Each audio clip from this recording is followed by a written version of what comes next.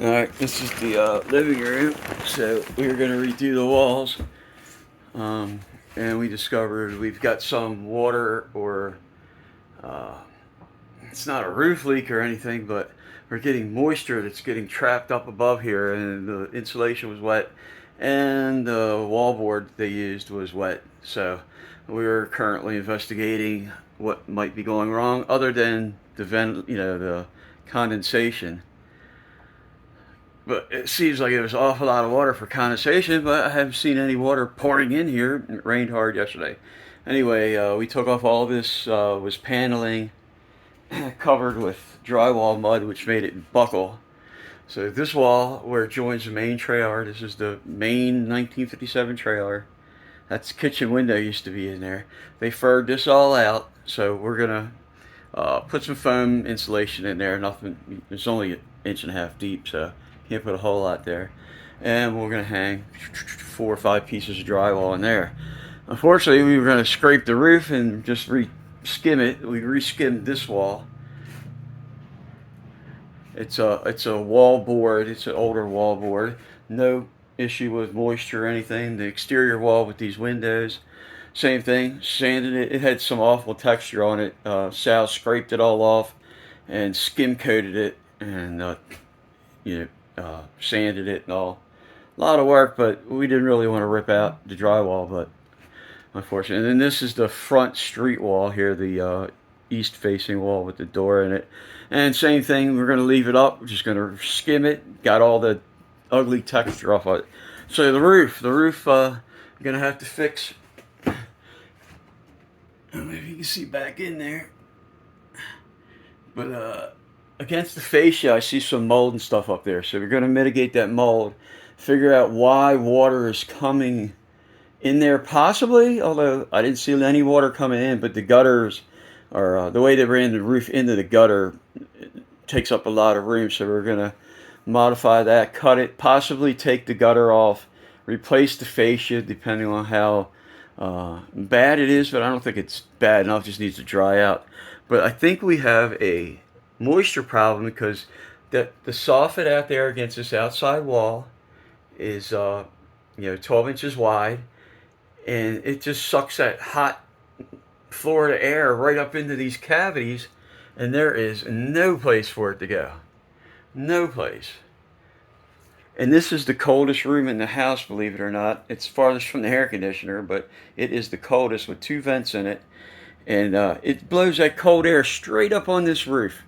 And I got a sneaking suspicion that a lot of it's just condensation from being so humid here. So if that's the case, we got a few ideas. We're going to have to ventilate every one of these joists, whatever they call them. I just heard the word. But anyway, the rafter, whatever, the ceiling joists, for lack of, I can't remember.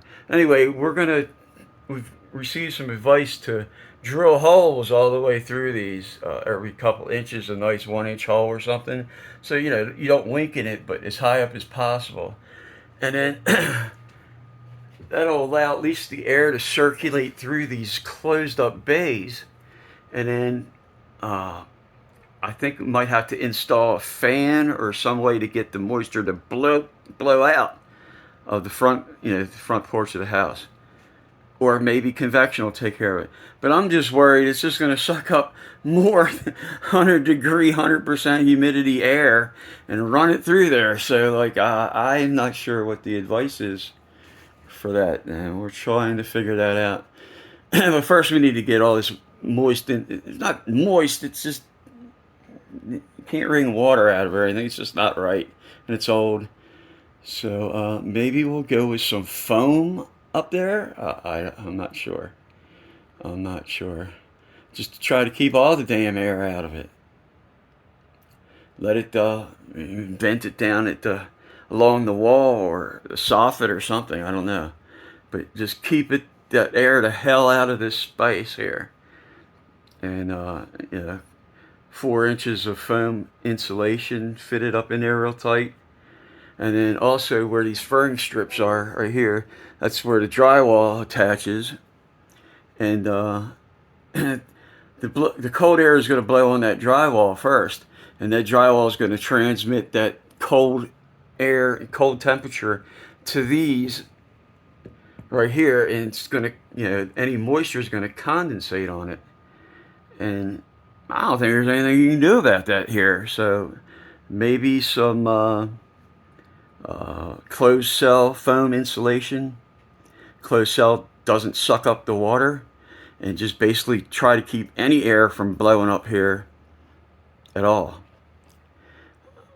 On these strips, I'm gonna put some kind of thermal break too to keep the cold air from being transferred to here. And of course, you're going to put a vapor barrier up there too.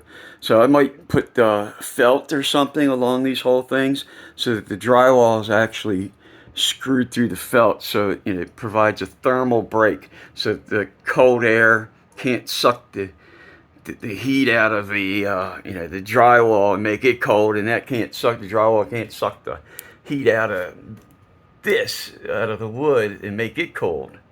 So the drywall will get cold though, but it won't be thermally bound to any of this wood, which I don't know if it's going to actually help or not, but I don't think it'll hurt. And once we get all that done, I have to put new spring sets in these windows, but they're halfway decent windows.